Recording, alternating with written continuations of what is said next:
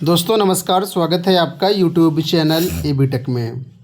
आज है 19 फरवरी 2025 और जान लेते हैं आज की महत्वपूर्ण खबरें जो आज के प्रमुख समाचार पत्रों पर छाई हुई हैं और आप लोगों के लिए बहुत ही इम्पोर्टेंट हैं। सबसे पहले यहाँ पर देखें, UP-SSC से ग्राम पंचायत अधिकारी भर्ती की लिखित परीक्षा के बारे में डेट आ गई है। 27 अप्रैल को ये परीक्षा होने वाली है। तो प्रदेश में ग्राम पंचायत अधिकारी के 1468 पदों पर भर्ती प्रक्रिया आई थी, ठीक है, जिसकी लिखित परीक्षा की डेट 27 अप्रैल लगाई गई है।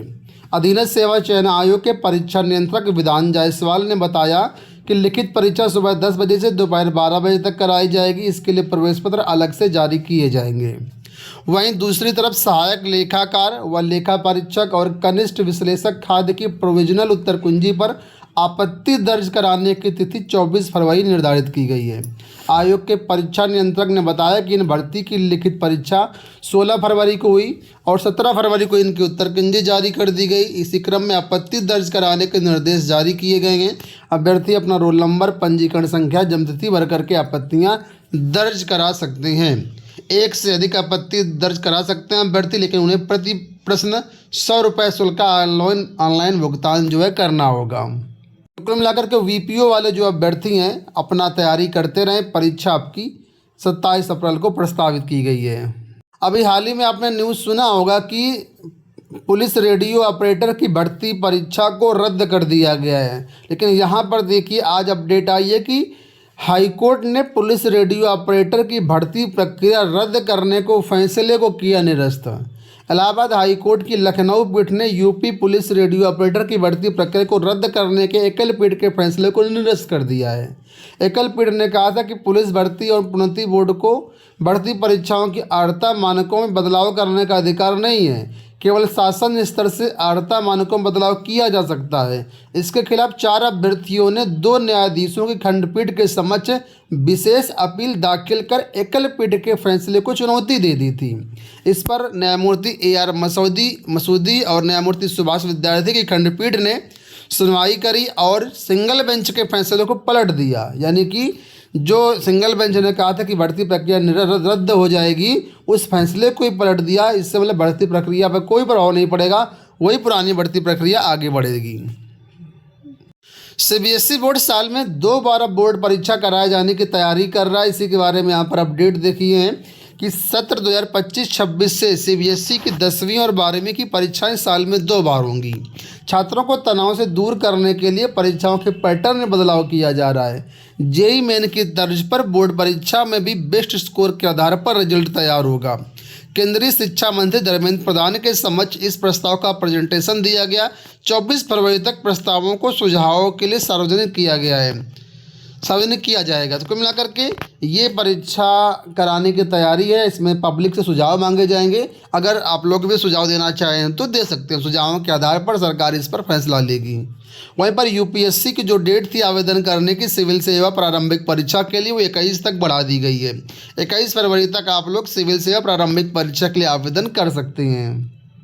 4500 असिस्टेंट टीचर की पदों पर भर्तियाँ आई हुई हैं। गवर्नमेंट भर्ती है। आवेदन करने की लास्ट डेट 31 मार्च 2025 है। ये भर्तियां आई हुई हैं गवर्नमेंट ऑफ आसाम की तरफ से, शिक्षा निदेशक की तरफ से भर्तियां आई हुई हैं। इसमें किसी भी मान्यता प्राप्त विश्वविद्यालय से आपने ग्रेजुएशन किया हुआ है या फिर 12th के पास आउट हैं और BEd किया हुआ है तो इसमें आप आवेदन कर सकते हैं। ज़्यादा जानकारी के लिए आपको ऑफिशियल वेबसाइट पर विजिट करना होगा या फिर आप लोग कमेंट बॉक्स से बताइएगा, एक सेपरेट वीडियो हम बना देंगे। इसके साथ ही भारतीय डाक विभाग में भी 21,413 पदों पर भर्तियाँ आई हुई हैं। आवेदन करने की लास्ट डेट 3 मार्च रखी गई है। इसमें भी आवेदन कर सकते हैं आप लोग। UPPSC की तरफ से होने वाली सहायक कुल सचिव परीक्षा को फिलहाल पोस्टपोन्ड कर दिया गया है। लोक सेवा आयोग ने 2 मार्च को इसकी परीक्षा निर्धारित की थी, लेकिन नोटिस जारी करके इस परीक्षा को अब अपरिहार्य कारण बताते हुए स्थगित कर दिया है और ये परीक्षा अब 27 व 28 अप्रैल को कराए जाने की सूचना दी गई है। तो कुल मिलाकर मुझे लगता है कुंभ के चलते परीक्षा को आगे बढ़ाया गया है। यहाँ देखिए अपडेट है कि भर्ती परीक्षाओं के आयोजन में केंद्र निर्धारण चुनौती। लोक सेवा आयोग और उत्तर प्रदेश शिक्षा सेवा चयन आयोग की परीक्षाओं के आयोजन में केंद्र निर्धारण की प्रक्रिया सबसे बड़ी चुनौती बन गई है। केंद्र निर्धारण के नियम सख्त होने के बाद पर्याप्त संख्या में केंद्र उपलब्ध नहीं हो पा रहे हैं। इसी वजह से सभी बड़ी बढ़ती परीक्षाओं का आयोजन भी अटका हुआ है।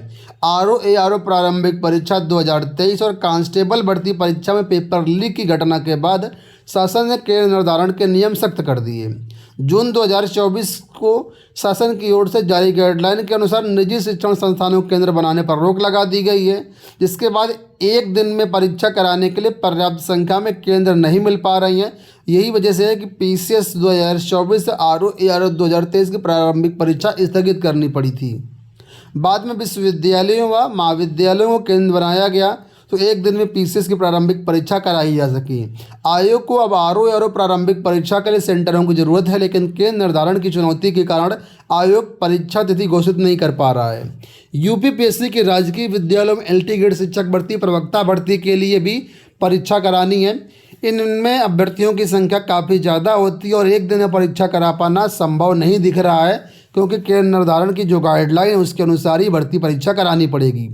इसके साथ ही शिक्षा सेवा चयन आयोग की एडेड महाविद्यालयों में असिस्टेंट प्रोफेसर भर्ती 16 व 17 अप्रैल को प्रस्तावित है।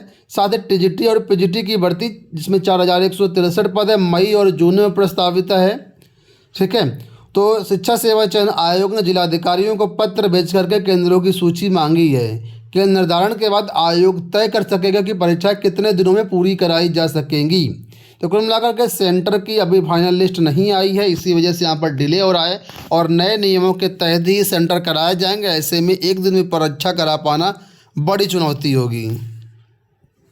यूपी बोर्ड के स्कूलों में अभी तक प्रैक्टिकल समाप्त नहीं हुए हैं। 16 फरवरी लास्ट डेट थी, लेकिन कई ऐसे विद्यालय, कई से परीक्षक हैं जिन्होंने पोर्टल में जो डेट है मतलब मार्क्स अभी तक अपलोड नहीं किए हैं। इसी वजह से डेट 21 तक बढ़ा दी गई है। तो बहुत से ऐसे विद्यालय हैं जहाँ पर ये चीज़ें नहीं हो पाई हैं, तो इनको देखते हुए डेट फिलहाल बढ़ा दी गई है।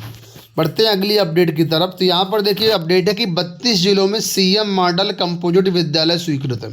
सीतापुर, रायबरेली, अमेठी, सुल्तानपुर, बाराबंकी, अम्बेडकर नगर समेत अन्य जिलों में होगा निर्माण। तो यहाँ पर जिलों के नाम दिए गए, किन किन जिलों में विद्यालय खोले जाएंगे। काफ़ी सारे विद्यालयों के नाम यहाँ दिए गए, 32 जिले हैं और इसके लिए काफ़ी जिलों में बजट भी स्वीकृत कर दिया गया है। इन विद्यालयों में क्या क्या सुविधाएं होंगी, तो देखिए बताया गया है स्मार्ट क्लास होगी, रोबोटिक्स होगा, मशीन लर्निंग ट्रेनिंग होगी, language, math, science, computer lab, multipurpose hall, खेल कूद का मैदान, मॉड्यूलर किचन है डाइनिंग हॉल के साथ, CCTV कैमरे, सोलर पैनल जैसी सुविधाएं यहाँ पर रहेंगी। तो प्रदेश में प्रस्तावित 39 में से 32 जिलों में विद्यालय स्वीकृत कर दिए गए और लगभग 1000 करोड़ से इनका निर्माण कराया जाएगा। राजस्थान में रीट परीक्षा होने जा रही है और रीट परीक्षा के बाद आपको जो है 3rd ग्रेड शिक्षक भर्ती देखने को मिलेगी, ऐसी यहाँ पर अपडेट है। तो 3 साल बाद रीट की अध्यापक पात्रता परीक्षा 27 व 28 फरवरी को कराई जाएगी। पात्रता परीक्षा के बाद राज्य सरकार आयोजित करवा सकती है शिक्षक भर्ती परीक्षा। तो 3rd ग्रेड शिक्षक भर्ती की जानकारी यहाँ पर निकल के आ रही। लंबे समय से 3rd ग्रेड शिक्षक भर्तियाँ नहीं आई हुई हैं। तो अगर आप राजस्थान में रीट का फॉर्म डाले हैं तो आप लोग इसकी तैयारी करते रहिएगा, एक बड़ी भर्ती आपको देखने को मिल सकती है। दोस्तों ये हो गई आज की सारी सूचनाएं। इस वीडियो में इतना ही, धन्यवाद।